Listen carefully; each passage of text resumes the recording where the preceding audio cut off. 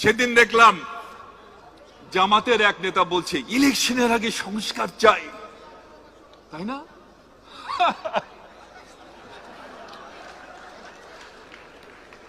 জামাতও সংস্কার চায়,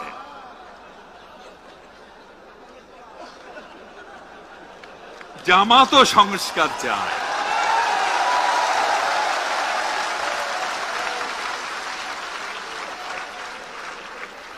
আমি বলি নিজেদের সংস্কার করেছেন কি? ৭১-এ হাজার হাজার লক্ষ লক্ষ মানুষকে হত্যা করেছেন, মুক্তিযোদ্ধাদের হত্যা করেছেন, ওদের বাড়ি হানাদার বাহিনী চিনত না, ডেকে ডেকে নিয়ে চিনিয়ে দিয়েছেন, কত মা বোনের সম্ভ্রমহানি করেছেন। মাপ চেয়েছেন? মাপ চেয়েছেন? ঘরে ঘরে গিয়ে মাপ চেয়েছেন? এখন বলে সংস্কার চাই।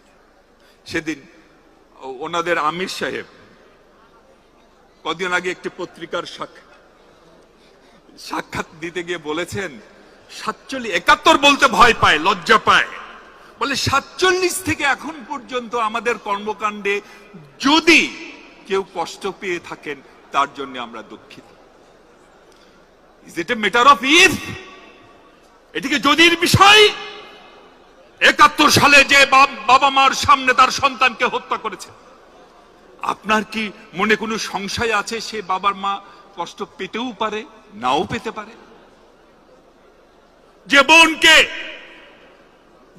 যে তরুণীকে ডেকে নিয়ে যে ক্যাম্পে দিয়ে এসেছেন, দিনের পর দিন সেই তরুণীর উপর পাশবিক অত্যাচার চলেছে, সেই তরুণী যখন সন্তান সদ্ভবা হলেন তখন সে তরুণী আত্মহত্যা করেছে। বাংলাদেশে এরকম আত্মহত্যাকারী বহু নারীর নাম আমরা জানি। আপনার কি ধারণা সেই নারী যিনি আত্মহত্যা